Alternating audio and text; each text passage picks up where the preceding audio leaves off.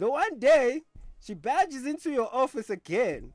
And now, when she steps into your office, you people would see mommy came has got the blood. Young soul, she's shaking. How? And you ask her, young, how, what's going on now with the blood? How? And she tells you, no, she unalived the man. And then you ask her, you're like, okay, was it an accident, self-defense? What happened? And she's like, no, it wasn't an accident. So go see, they were having an argument in the kitchen, and she said a flower got a knife and she rocked it. Right? So now the dilemma, right, is... So do you tell the police about the woman's confession, sending the woman to prison, even though no one protected her when she was the victim? Or you're lying to the police by telling them she said it was self-defense, allowing her to escape prison, with your testimony risking the fact that if the truth ever came out, it would be charged with accomplice to murder. Which one do you go with? Whether you want to believe it or not, man, this voice is 10 years in the game. Oh. Trust, 10 years in the game. Believe it or not. King SweetKid on this one featuring Tshwane is titled Die Dang. Actually, before we get into it, tell us a bit about the song, man. Oh man, what a song, bro. I spent like the whole of like 2022 to 2023 during COVID. 2022 to 2023 I was just performing that song, bro. Yeah. Like crazy, right? And this other time I was performing with Tshwane. I was performing at his birthday party, right? I performed that song. It wasn't done. You get what I'm saying? You're performing an incomplete song. Yeah, I was still testing it, you know? Yeah. And when I was performing it, after the performances, my boy was like, you know what, bro? I need to get on this song, dog. Please. Wait, you so know what I'm saying? the original version didn't have Tshwane on it? No. For sure. Like, it was just me. It was the hook, me, and the hook, right? Wow. Yeah. And it sat with me for a while, bro. Like, for a while. And then he actually decided, you know what, I think we need to make something out of this, you know? And that was our second collaboration after Amasi, you know? So it was really an interesting story because it literally took him that performance for him to go, hey, Put me on. Put me on. I swung it, you know. So yeah, very special song. One of my most up-tempo songs ever. You know, I love it. Let's talk about 10 years in the game, man. You've been 10 years in the game. Yeah. At least 10 years since you put out your first mixtape. Of course. Right? Independence through most of it? Or through all of it? Through all of it. Through all of it? Yes. What are some of the challenges that you've experienced as an independent artist? Because we know it's not easy. Pushing by yourself, you know, having the homies take you to gigs, bring you back, studio time, studio sessions. It's not easy. Tell us how have you been coping? I think the most challenging part has to be obviously in life right now. The most challenging thing is finances. You know what I'm saying? It's like I feel like I was even having a conversation with my lady earlier on, like on some, you know what, I'd actually do this if I didn't get paid, because at the end of the day, it is really a passion, right? But unfortunately, I'm alive. And being alive is so expensive. Like breathing is expensive. Coming here is expensive. You know what I mean? It's like for sure. Every single little thing is expensive. So I guess it's just managing the finances, bro. Funding yourself while trying to make sure that the ideas are really coming to life. And that's the hardest part, you know, because we all have ideas, guys. For sure. We really all have ideas, but making them come to life is really the hardest part, because you actually have to finance yourself, you know. So I guess it's just the finance part, but it hasn't really been a challenge because I use what I have. I've always been a person that goes, I'm going to use what I have to make sure I get the best out of everything. Yeah, you know? for sure. Talking about what you have, what makes you different and what's authentic about you? I think it's because I always make songs that are true to what I live. You know, like I'll never. You don't cap on the rap. Yes, I'll never make a song that I didn't experience or something that I didn't go through or saw someone go through. That's very close to me. Enough for me to be able to have a perspective on that thing. You get what I'm saying? Oh. Like, hypothetically, if I'm a person that grew up in a very abusive household, I'd be able to tell my mom's story through her eyes. You get what I'm saying, in a sense, as opposed to telling someone's story that I don't know, that you never experienced. Yeah, or an imaginary story. I don't have that gift. I feel like other artists do have that gift to tap in, but I don't have that gift. You know, I mean, I'd rather have a song come from a true experience. A true story. You know, so I think you. my true experience, you know, just puts me apart, you know, and definitely, obviously, my voice, my cadence and da. Yeah. But those are like dynamics of an artist. Sure. But from a storytelling and from a point of what makes me an artist is the fact that definitely that all my songs are true stories. Love it, man. Speaking of true stories and voice and cadence, one of my favorites on your catalog, Heavy Interlude. Let's run it. We'll talk about it in a bit.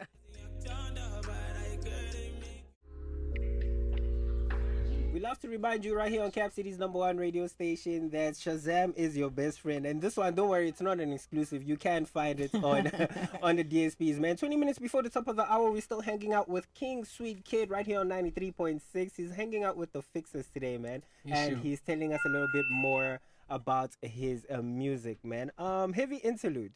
Very short and sweet. I want to fight you because you teens say you know past all of us. Why would you make that song so short? Hey man, that's as you see, he wants quick to as lie. I can summarize. He wants to lie. You know what I'm saying? Like that's the quickest way I could summarize that heartbreak. Like I needed to be concise, straight to the point. You broke my heart. You're gonna regret it. Oh my God! Do you hold grudges? No, not necessarily grudges, but this is more of an observation. It's a you lost out. Like it's you who lost out. It's not me. You know. So it's not really a grudge. I'm not. Me saying that you lost out doesn't mean that you're not gonna find someone better. Okay. You just lost out on me. I feel you. You know, and who knows? I might be better, or I might have been the best thing in your life, but you might be lost the out. soulmate. You lost out. There are men out there that are better than me. Me, if you lost out, you are not going to find anything better. Let me tell you today, right now. Wherever you go, it's shy for you. There's no better than me. Even if you are coming from SweetKid, there's no better. No, understandably, men are very territorial. Dog. Yeah. Like it's not men. Me, I'm very territorial. Oh my goodness, Igwe, I beg you, please. Nah, man, we fighting, man. So, I want to talk about Ratanda a bit, and I want to talk about it because I've been to Ratanda. Right? That's interesting. For sure, in Heidelberg, right? Like, what were you doing so far, bro? Let me tell you, once upon a time. You know mommies, bro. Come on now. Hey. Mommies will make you go, especially the ones from Ratana. Don't worry. You've been through a lot, my friend. Story for another day. But I've been to Ratanda, very small hood, very, very community orientated. Of course. I just want to ask, man, how has that played, a role in the music and the type of music you make? Because a lot of gents out there are very pantola, very house, amapiano type gents. How did you come out with this from Ratanda? No, I just represent another dynamic of a black kid. You know, it's like there's black kids that went to public schools. There's black kids that went to multiracial schools. Which one did you go to? It's the multiracial one. Like I was there in school with the Vanierden. I even went to a Boer school. That's even worse. My goodness. So I've always never identified. Like I know that deep down I'm a hood nigga. Like for life. You know. You can hear it in the way I speak, the way I move, da. Yeah. But my influences most of the time weren't from the hood, I was listening to Lil Wayne in 2005, 2006, The first rap song I heard was Hit 'Em Up by Tupac, and I never looked back. And that was in the cassette. Oh, wow. Remember when you that old, to listen to Backstreet Boys in the cassette? You know what I'm saying? Like, some people here don't relate. Hey, What's your problem? So at that time I was really, really, infatuated with rap. Like when I saw Tupac pull his pants down, and that for me was like, shut up. I was like, I really admired that, and I've always gravitated towards that. So most of my music career I was making music in English. Only like in the past into the vernacular. Only in the past 5 years I but subconsciously something was like, hey man, there's kids that are just like you, that speak more English than Zulu, but they're on the zone. Yeah, they're on the zone. They do listen to piano. They're from the hood. It's just that the boy is just like, you know, yo, yo. And most of them sometimes don't even listen to hip hop. So now niggas like that don't have an Afro soul. They don't have an Afro. You get what I'm saying? Which is why songs like Heavy Interlude for me are very vital, because that's a specific sound. That one hits home, man. You know, so I think Ratanda played a big part. At least it's not a big hood. It's not like a Tembisa or Fostoraso where you are, when you come from, you're supposed to be, Nah, we don't play that game, though. Anyways, next song on the lineup is Amasi. And speaking of rap, we've got Touchline on this one alongside Zuli 3K and Shakespeare. Man, let's give it a spin. On the flip side, we're giving him our dilemma so he can cry.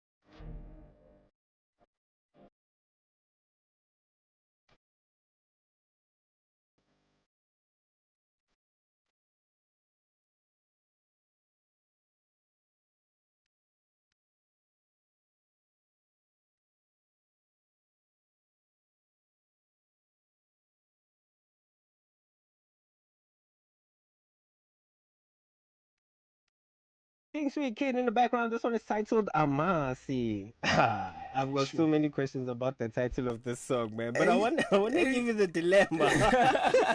So here's our moral dilemma, right? Yeah. So you work as a therapist, right? This is a hypothetical dilemma, of course, right? So you work as a therapist, and you know you love your job, you love helping people out, right? So one day you get a lady who walk into your office, young soul. She sits down and where she is about go get the Jay-Z, go get the Zaza, and you're like, how you? What's going on with you? And then she kribulas the Zaza, and you can people go see how lady has the blue eye, and you're like, how face kanti? Yeah. And she's not trying to give, she's not trying to say what's going on, but you know, somehow you convince her and she tells you nah, her man's has been throwing hands. You understand? She's been catching hands from the mans, and you know she doesn't know Uguti how she must move, if she must move on from it, because every time she tries to report it to the feds, they always put him, you know, they just, you know, give him a slap on the wrist and he ends up getting away with it. You feel me? Because he's got like ties with the hood and like dangerous homies and whatnot. So he gets away scot-free, basically, right? Yeah. So the one day she badges into your office again, and now when she steps into your office, you people would see mommy came has got the blood. Young soul, she's shaking. How? And you ask her, how, what's going on now with the blood? How? And she tells you, no, she unalived the man. And then you ask her, you're like, yo, okay, was it an accident, self-defense? What happened? And she's like, no, it wasn't an accident. So good see, they were having an argument in the kitchen, and she said a flour bag got a knife and she rocked it. Right? So now the dilemma, right, is... So do you tell the police about the woman's confession, sending the woman to prison, even though no one protected her when she was the victim? Or you're lying to the police by telling them she said it was self-defense, allowing her to escape prison, with your testimony risking the fact that if the truth ever came out, it would be charged with accomplice to murder. Which one do you go with? Okay, I'm gonna be hypothetical, right? Yeah, you have to give us it's a hypothetical scenario, like, but you must give us a real look, answer. Man, knowing the person I am, bro, like I would find it so hard to not protect her. Think about it. To not think protect about her. Yes, I would really find it so hard to not protect her. You know. Okay. Okay. Think about it. Okay, let's give you. I'm protecting the lady. You're protecting the lady. Think about it, bro. Think about it very well. No, I'm thinking. You know why I'm thinking about it, right? Because I need my just hypothetical. Yeah. Right. You're going to jail if anybody finds out. Exactly. And now that's why I'll make sure nobody does. You know what I'm saying? It's like, and if it does happen that they find out, then wow, so be it. But it's like, damn, bro, I am not. You're not letting snitching. No, I'm not letting an innocent lady or a lady that's been through, because I know too many women that have been through that. Yeah, but are you condoning murder? No, Clearly. I'm condoning Not snitching. and just leaving the hell woman alone. No offense, the consequences of being a flabber. R.I.P. Yeah. You get what I'm saying? So, yeah. I'm not snitching. He's not snitching, man. In the background, we've got R.I.D. Ride by King SweetKid. New single coming out. Just came out, actually, not too long ago, featuring my favorite band in the whole world, Wave Garden. Wave God. In the whole entire world, man. On the flip side, I want full details about the song, man. Stay tuned. We will always and forever remind you, Shazam is your best friend, man. This one is called Ride. It's by King SweetKid. He's hanging out today with us in the studio, and he says he doesn't snitch. For sure.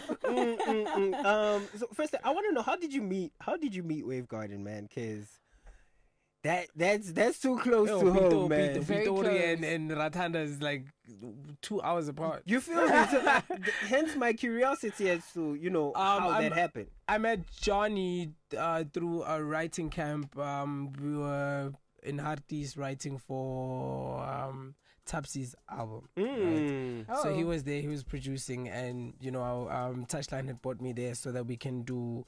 Well, Zinger wanted me to help up with the flows and help me with the flows and and the melodies. We did that. Locked in with Johnny, and after that I was like, hey, Johnny's too much, bro. Like, Johnny, can we please lock in some other time separate from this? Got his contacts. After 2 weeks, we got on the phone, and I was like, I need beats, and he's like, yo, you know what? Say less. I have a band, and this is what we're working on. Sent me the beat. In 2 days' time, it was Chai. Huh? Wow. Like, literally, Ride. I got Ride on a Thursday. No, I got Ride on a Wednesday. Friday, the song was Chai. Oh, wow. Like, I gravitated towards that beat. So, yeah. Shout out to Wave Garden. Like, look, man, so far it's definitely it's top one. Yeah, I know. Top one. Me, I don't already tell you now. You are going to hear this song until me, I can sing it word for word. If I don't know it word for word, we are going to fight. We are going to sit down, me and you, beauty. We'll read the lyrics.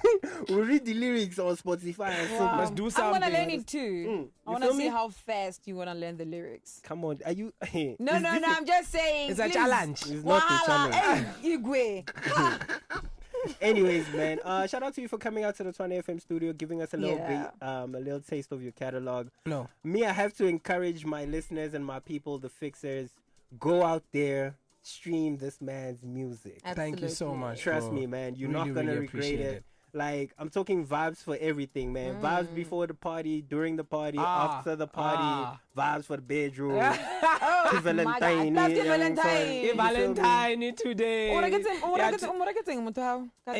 Me, I have a toddler.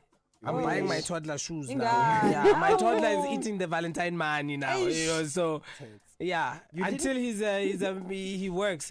Mama is gonna. You didn't hear heavy interlude.